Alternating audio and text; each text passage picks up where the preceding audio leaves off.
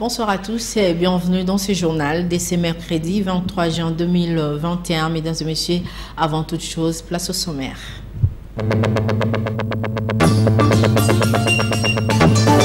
État de siège en Ituri, le commandant des troupes de la MONUSCO en République démocratique du Congo promet mutualiser les forces et redynamiser la capacité opérationnelle de la brigade d'intervention des casquettes bleues pour les opérations conjointes dans la neutralisation des groupes armés. Penrudo Angaliema, le quartier Lubudi a un sérieux problème de manque d'eau potable depuis son existence.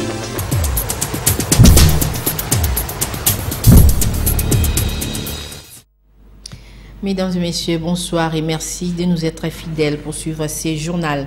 Après avoir interrompu son voyage humanitaire dans l'Est de la République démocratique du Congo, le président de la République, Félix-Antoine Tshisekedi Tshilombo, est arrivé hier mardi 22 juin 2021 à Maputo, au Mozambique, où il prend part au sommet extraordinaire des chefs d'État de la SADC le mercredi 23 juin 2021 sur le terrorisme et sur la situation sécuritaire dans la région des Grands Lacs, sans oublier celle de l'Est de la RDC. C'est un reportage signé par la presse présidentielle. Participer au sommet extraordinaire de la communauté de développement de l'Afrique australe SADC qui se tient de ce mercredi 23 juin dans la capitale mozambicaine Maputo, le président de la République démocratique du Congo et président en exercice de l'Union africaine, Félix-Antoine Tshisekedi Tshilombo, a foulé le sol mozambicain ce mardi 22 juin à 20h20 heure locale. À la descente d'avion, il a été accueilli par le ministre des Affaires étrangères ainsi que sa collègue du tourisme du Mozambique. Côté congolais, on a noté la présence du ministre de l'intégration régionale, Didier Manzengu, et du conseiller principal du chef de l'État en charge de la diplomatie, Christian Bouchiri Ongala, qui explique ici le contexte du dit sommet. Vous n'êtes pas sans savoir qu'il y a eu des attaques terroristes ici dans la province de Cabo Delgado, avec plusieurs morts et des déplacés. Donc le sommet extraordinaire de demain est convoqué pour que les 16 pays membres de la SADC puissent se prononcer sur la situation du terrorisme dans le continent et particulièrement dans la sous-région, dans la région de la SADC où les dangers permanents, ça peut partir de Mozambique et embraser tous les restes des pays. Donc les chefs d'État ont senti l'intérêt de se pencher sur ces sujets. Et donc le président de la RDC, notre président, comme président de l'Union africaine, est attendu sur ces sujets-là et donner sa position. Et donc vous comprenez ipso facto que c'est des sujets qui préoccupent au plus haut point la RDC. Nous sommes dans la même configuration que ce qui se passe dans ce pays ici. Le terrorisme étant traité comme un danger transfrontalier et international, la participation de la République démocratique du Congo à ces forums vaut son pesant d'or dans la mesure où notre pays, dans sa partie est, est confronté à la même situation que le Mozambique.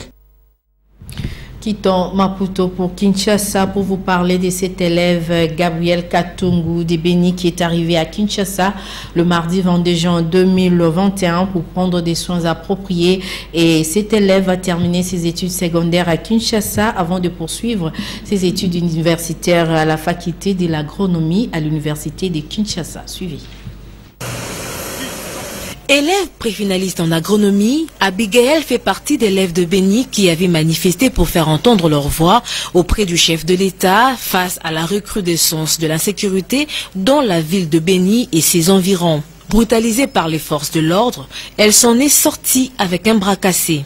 À la faveur de la tribune populaire organisée par le chef de l'État à Béni, Abigail a raconté son calvaire au chef de l'État qui a décidé d'assurer des soins de santé adéquats à la victime.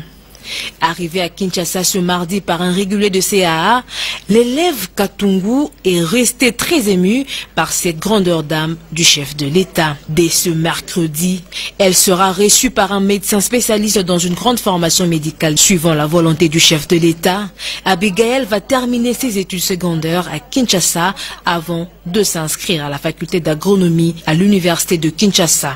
L'élève Katungu a remercié le chef de l'État.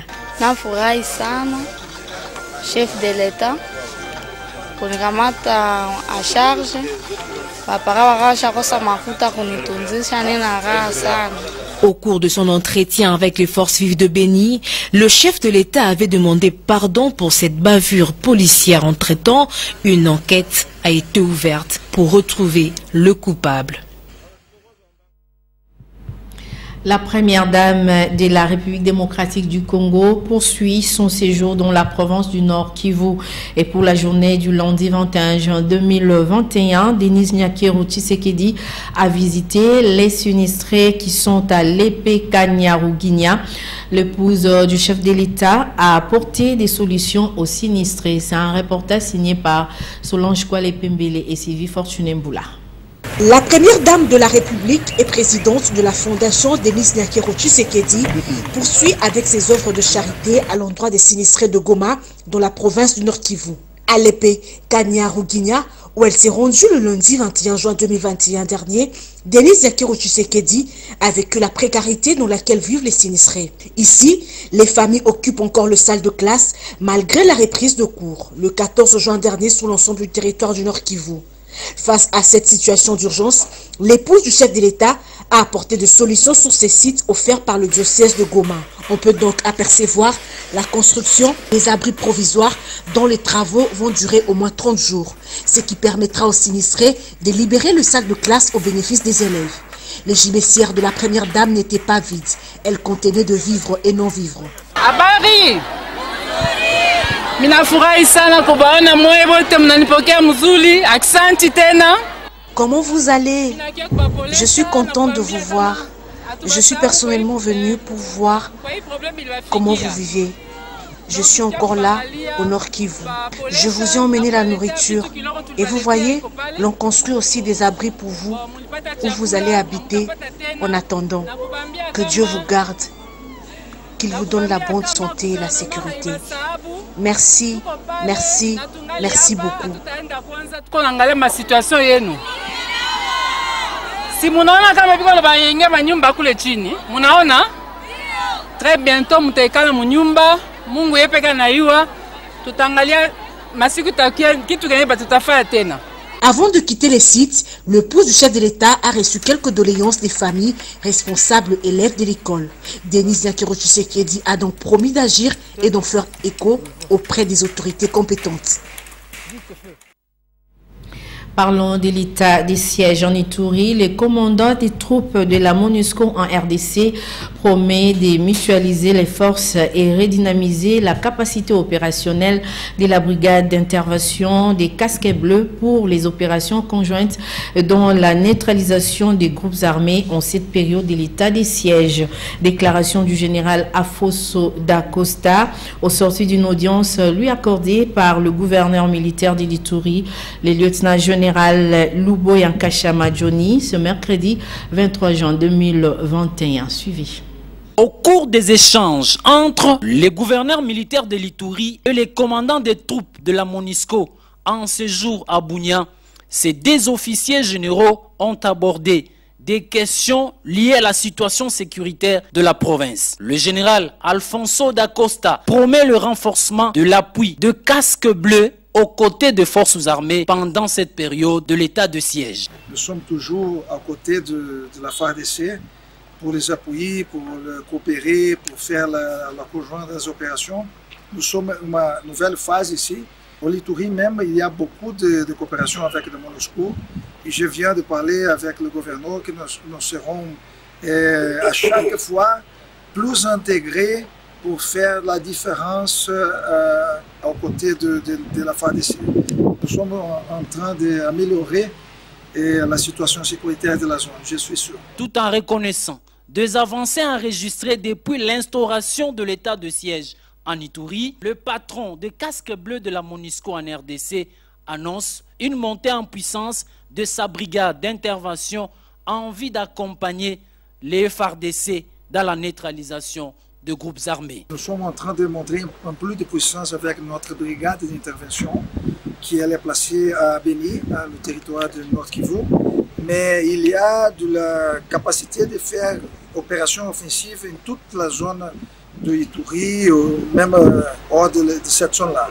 Et avec cette brigade-là, c'est une brigade très spécialisée, son nom dire d'intervention, avec ses capacités qui nous vont faire à la disposition de FARDC pour neutraliser les groupes armés. Notons qu'il y a une semaine, les forces armées ont neutralisé plus de 40 éléments des groupes armés Codeco et plusieurs armes récupérées à Fataki, localité située à plus ou moins 85 km au nord de la ville de Bunia, dans les territoires de Djougou, où la situation sécuritaire demeure sous contrôle de l'armée loyaliste.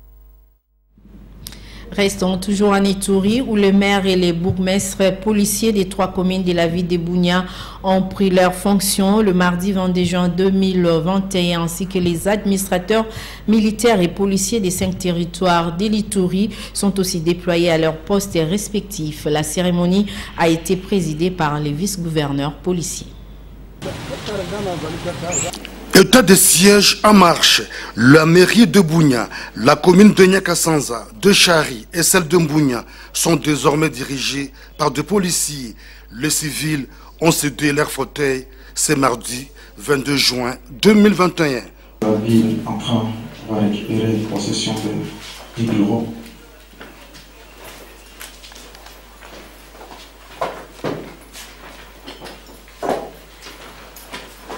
La situation sécuritaire, administrative, du personnel, avec plusieurs défis, ont été présentés. Les autorités municipales sortantes ont promis leur collaboration avec la nouvelle équipe. Il faut la collaboration, il faut l'implication de tout le monde. C'est ce que nous demandons à la population qui habite la ville de Bunia, de la même manière qu'on coopérait, qu'on collaborait ensemble, de la même manière, on doit coopérer, on doit collaborer avec les nouvelles autorités militaires, soient-elles. Les nouvelles autorités, dont une femme à la tête de la commune de Nyakasanza, disent être engagées à restaurer la paix et mobiliser les recettes pour le développement de leurs entités. Je donne mon engagement à servir loyalement. Au vice-gouverneur de l'Ituri et le commissaire divisionnaire Alonga Boni Benjamin de les instruire à une gestion orthodoxe. Vous devez faire installer une franche et étroite collaboration entre les administratifs et les collaborateurs. Les administrateurs militaires et policiers de 5 territoires sont déployés à leurs postes respectifs avant de recevoir le briefing et les instructions le lundi dernier du gouverneur militaire, le lieutenant général Luboyan Kachama Johnny. L'équipe de l'état de siège décrété le 6 mai dernier par le président Félix Antoine Tshisekedi Tshilombo est désormais au grand complet en province de l'Ituri. D'une province à une autre, dans la province du Tanganyika, il s'est tenu une réunion des fédéraux des partis politiques membres de l'Union sacrée de la nation dans les Tanganyika avec Ferdinand Massamba. C'est mardi 22 juin 2021 au siège des regroupements politiques Alliance des forces démocratiques du Congo, AFDC Kalemi. À l'ordre du jour, les questions autour de la proposition du candidat gouverneur dans la province de Tanganyika. Mouma Fataki a signé pour vous ces reportages. Les fédéraux des partis politiques membres de l'Union sacrée de la nation dans les Tanganyika se sont réunis ce 22 juin au siège du regroupement politique Alliance des forces démocratiques du Congo, AFDC à Kalemi. À l'ordre du jour, les questions autour de la proposition du candidat gouverneur à la tête de la province du Tanganyika et également l'arrivée en province du gouverneur intérimaire, notamment sur le fonctionnement des situations provinciales, l'ont caractérisé par une crise débouchant un dysfonctionnement notoire. Ces fédéraux réunis autour de Massamba Ferdinand, président de ces collectifs de fédéraux, s'alignant derrière la vision du chef de l'État, Félix Antoine Tshisekedi, se sont tous dit en face quant à l'avenir politique de cette province. De cette réunion extraordinaire sur la situation de l'air en province, ces fédéraux sont sortis déterminés et engagés fermement pour mener à bon port l'avenir politique du Tanganyika. À Kinshasa, capitale de la RDC, les éléments de la police nationale congolaise et les agents de la direction générale des recettes de Kinshasa, DGRK en sigle, sont déployés ce mercredi dans plusieurs artères de la capitale pour faire appliquer les mesures prévues dans l'arrêté du gouverneur de la ville de Kinshasa, Jean-Tini Ngobila Mbaka. Objectif, lutter contre la propagation de la pandémie de Covid-19 dans sa troisième vague s'annonçant plus virulente. Les agents de la DGRK vont percevoir les amendes que paieront les contrevenants. Bien avant, les commissaires provinciaux de la police ville de Kinshasa, le général Silvano Kasongo, avait tenu le mardi une réunion de sensibilisation et de coordination avec les commandants des différentes unités de la police. Suivez. Quelques heures après la signature par le gouverneur de l'arrêté portant application des mesures relatives à la riposte contre la troisième vague du coronavirus à Kinshasa, le commissaire provincial de la police a tenu une réunion de sensibilisation et de coordination avec les commandants des grandes unités et ceux des commissariats de police. Le directeur général de la régie des recettes de Kinshasa y a été associé. Nous sommes une police provinciale. L'arrêté a été signé par son M. le gouverneur. Il a envoyé le DG de la DGRK pour qu'on puisse coordonner, pour que les agents de la DGRK soient déployés à travers toutes les barrières, à travers tout le commissariat de la police, pour que les contrevenants puissent payer et avoir la quittance. Les amendes à payer par les contrevenants vont de 10 000 à 1 million de francs congolais. C'est parce que la troisième vague est vraiment ravageuse. La maladie elle est sérieuse. Si vous voulez ne pas être dérangé par la police, respectez les mesures. Mais si vous vous hasardez, vous allez trouver la police sur votre chemin. Qui que vous soyez, vous ne respectez pas, vous allez payer ces amendes. Si vous ne payez pas, on va vous déférer à qui des droits. Les couvre-feux ne concernent pas seulement les gens qui ont des véhicules. Ça concerne tout le monde. Les activités sont suspendues. On a dit à partir de 21h, on ferme tout. Ça concerne les restaurants. Mais les piétons, à partir de 22h, chacun rentre chez lui. Le général Silvano Kasongo a insisté sur les confessions religieuses qui, en croire la police, ne respectent pas souvent les gestes barrières. La police sera partout. Quand on vient dans votre église, on voit que vous n'avez pas respecté les 50%.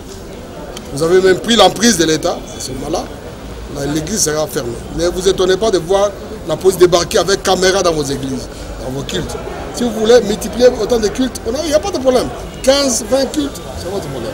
Mais respectez les sensations et les 50% décidés par l'arrêté du gouvernement. Les mesures prises par l'autorité urbaine pourront être durcies ou allégées suivant l'évolution de la situation sanitaire dans la ville. L'association CESMAI veut voir les enfants grandir avec les dents propres et sans caries ni mauvaise haleine. Elle est allée sensibiliser les enfants de l'école des dimanches de l'église Parole de Vie dans la commune de Lingwala sur cette problématique. C'est un reportage de Jenny Tambwe Malou. L'association dénommée 16 000 a été l'hôte de marque auprès des enfants de l'écodime de l'église Parole de Vie située sur l'avenue Itaga dans la commune de Lingwala. Objectif, sensibiliser les enfants sur comment entretenir correctement leurs dents pour éviter certaines maladies. Comme une enseignante devant les élèves, sa coordonnatrice Sephora Lusengi a expliqué à son auditoire la bonne façon de bien brosser la dent pour faire disparaître de la bouche la mauvaise haleine.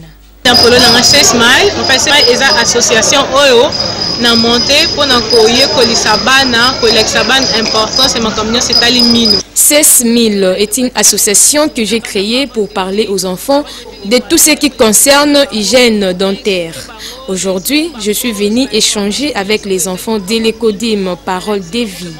Je leur ai donné les techniques de brosser correctement la dent et pour ce faire, je leur ai remis certains objets.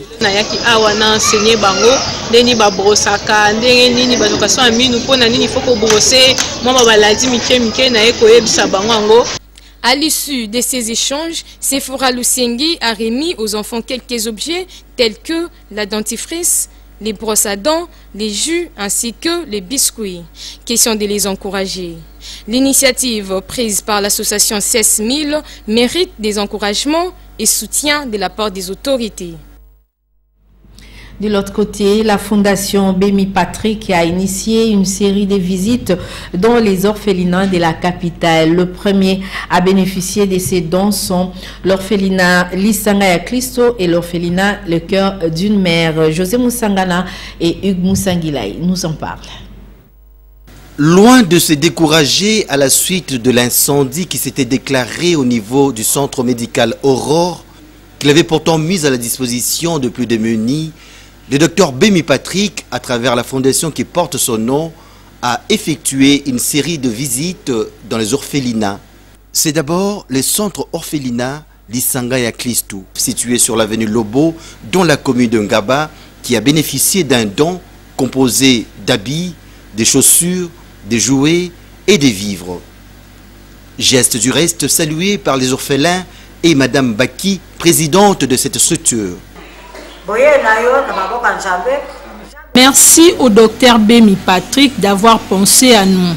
Que Dieu les bénisse. Ensuite, cap vers l'orphelinat Le Cœur d'une Mère, situé sur l'avenue Mimi, au quartier Bassoko, GB, dans la commune de Ngalema, que dirige Madame Lucienne Kitenge. Là encore, la générosité de la Fondation Bémi Patrick était remarquable avec des habits, des chaussures, des jouets et des vivres. Nous remercions Papa Patrick d'avoir passé à nous. Ce qu'il nous a apporté, c'est vraiment une grande chose devant Dieu. Que Dieu lui bénisse. Quand j'ai toujours eu cette flamme, moi quand j'étais tout petit, ma mère avait recueilli 2 orphelins. Donc j'ai grandi avec 2 orphelins. Et malheureusement, ma mère est décédée aussi à 15 ans. Donc je suis devenu moi-même orphelin à 15 ans. Donc du coup, quand je suis avec les orphelins, je me retrouve un peu, quoi. Donc c'est dans ma famille. Je me dis que je me dois d'aider les orphelins.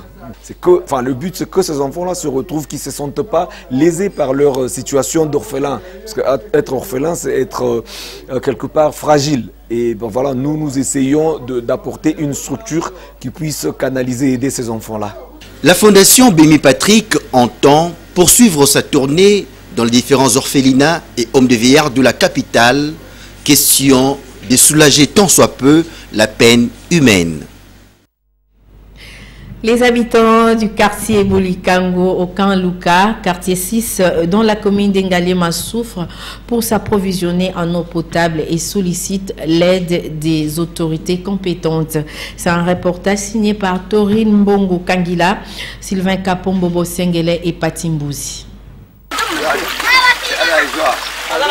50 francs congolais et les prix fixés par le vieux Kassa qui aide la population du quartier Bolikango au quartier 6 dans la commune de Ngalema, laquelle population peine pour faire face aux tâches ménagères comme il faut.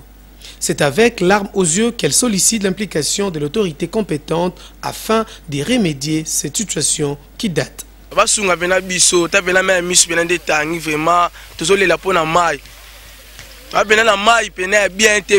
C'est avec larmes aux yeux que nous demandons aux autorités de penser à nous. Nous avons élu des députés, ils sont partis sans revenir jusqu'à nos jours. La situation est grave.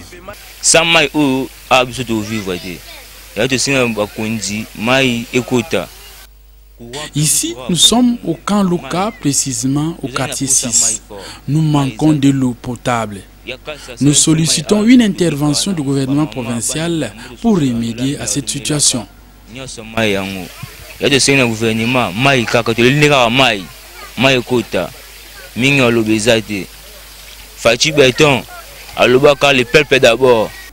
La santé n'a pas de prix, dit-on. L'État devrait penser à cette population pour l'épargner de plusieurs maladies de mains sales, surtout en cette période où le lavage de mains doit être de mise pour lutter contre la Covid-19. Vous avez certainement corrigé avec nous parce que vous avez entendu la voix de Patrick Borel Mukendi et non Sylvain Kapombo Bosengele. Les mouvements citoyens à bas les antivaleurs dirigés par Berich Mukokila a été dans la commune de Kimbanseke sensibiliser les habitants de la route Mokali sur les civismes, le patriotisme et l'état des droits prôné par le chef de l'État Félix Antoine Tshisekedi Tshilombo. C'est un reportage de Jenny Tamboué Malou. Lutter contre les antivaleurs telles que les vols, la délinquance juvénile, l'insalubrité et autres. Telle est la mission poursuivie par le coordonnateur Beri Mukokila Manza qui a effectué une descente le week-end dernier sur la route Mokali dans la commune de Kimbanteke. En vue de sensibiliser la population habitant ces coins de la capitale sur la défense de valeurs, notamment les civismes, les patriotismes et l'état des droits. La dite descente s'inscrit dans le cadre de soutenir et accompagner toutes les actions du président de la République, Félix Antoine Tshisekedi Tshilombo. Nous sommes en train de soutenir la vision du chef de l'État qui se bat bec et ongle contre les antivaleurs tels que le vol, délinquance juvénile et même contre l'insalubrité. Voilà pourquoi nous circulons à travers toutes les communes de la capitale pour l'encadrement de jeunes. Il faut noter que cette activité avait connu la participation de Madame Clotilde Tendele Mobonda, experte en environnement et gestion des déchets, assistante à l'université protestante au Congo. Jean-Lucien Boussa, ministre de Commerce extérieur, et le député national Patrick Katengo, dirigeants du Forum national de la jeunesse, ont tous été remerciés par Beri Mukokila pour leur accompagnement et soutien indéfectible à son mouvement. SOS dans ce journal, Noël Mungenzi Kangai alias Yandimosi est vraiment malade depuis un certain temps à Kinshasa. Il lance un cri de détresse à l'endroit de toutes les personnes de bonne volonté. Les détails dans ces reportages qui nous propose Ndaï Lambouchi. Souffrant d'une maladie cardiaque depuis plusieurs années, l'artiste comédien Mungenzi Kangai Noël, affectueusement appelé Yandimosi, a été interné récemment dans un centre hospitalier de Kinshasa. Mais sa situation s'est dégradée davantage. D'où ces cris de détresse. Même le docteur me dira, pour ton cas, nous te conseillerons d'aller à l'Inde, au Maroc, en France, en Afrique du Sud et ailleurs pour poursuivre le traitement. Donc, Kanayo, et Senga, il faut qu'il pas évacuer soit Inde, Maroc, France, Afrique du Sud, Maroc, Inde et France. Alors, bisous tous les choses de l'autre côté. Faut que fondation est décidée. Batinda nini. Ngamo na comment 2 lettres na fondation. Sans réponse, sans suite. Il souhaite être évacué en dehors de la RDC pour poursuivre les soins appropriés. Le problème est à cœur. Deuxième extrait. Je suis vraiment malade. J'ai un problème de cœur. Et je demande à maman Olive Lemikabila et président Moïse Katumbi Chapwe de me soutenir. Ne venez pas m'enterrer simplement. Soutenez-moi vivant.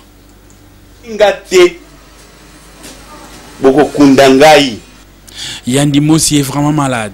Aux autorités politiques et mécènes de penser à cet artiste comédien congolais qui a longtemps égayé nos petits écrans depuis longtemps. Yanono, comme on l'appelle chez les intimes, souffre d'une maladie du cœur. Prenons à présent nos partenaires de la Voix de l'Amérique, Afrique, voir.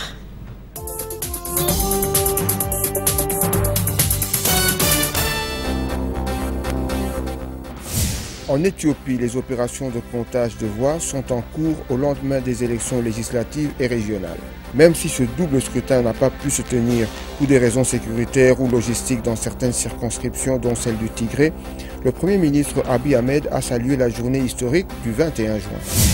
Au Nigeria, les 4 Chinois enlevés la semaine dernière dans le sud ont été libérés selon la police. Ils avaient été enlevés sur un chantier de construction ferroviaire dans le village d'Alagba, dans l'état d'Ogun, par des hommes armés non identifiés qui ont tué un policier affecté à leur protection. Au Burundi, une cour d'appel a ramené de 32 ans à 1 an de prison la peine de Germain Rukuki. Ce militant des droits de l'homme a été condamné pour avoir participé en 2015 à des manifestations contre la candidature controversée à un 3e mandat du président Pierre Nkurunziza, aujourd'hui décédé. Le Rwanda a annoncé des nouvelles restrictions pour lutter contre la propagation des cas de Covid-19. Il a suspendu tous les rassemblements sociaux, y compris les mariages. Le couvre-feu à l'échelle nationale a été étendu. Les voyages en avion vers l'Ouganda voisin, où les cas se multiplient, sont suspendus. Voilà, ça n'est fini pour ce soir, mais bien avant de clôturer complètement, les rappels des titres.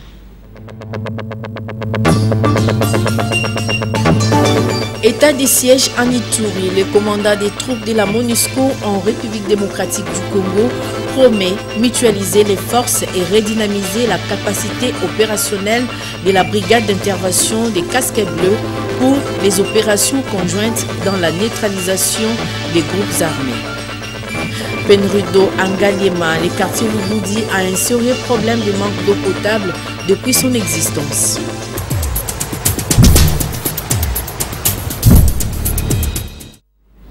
C'est tout pour ce soir, mesdames et messieurs. Merci de nous avoir suivis. Demain, vous suivrez Patricia Bassoamwanda à 19h. Quant à moi, je vous retrouve les samedis pour la coordination du journal des samedis en tant que chef d'édition. Merci et au revoir.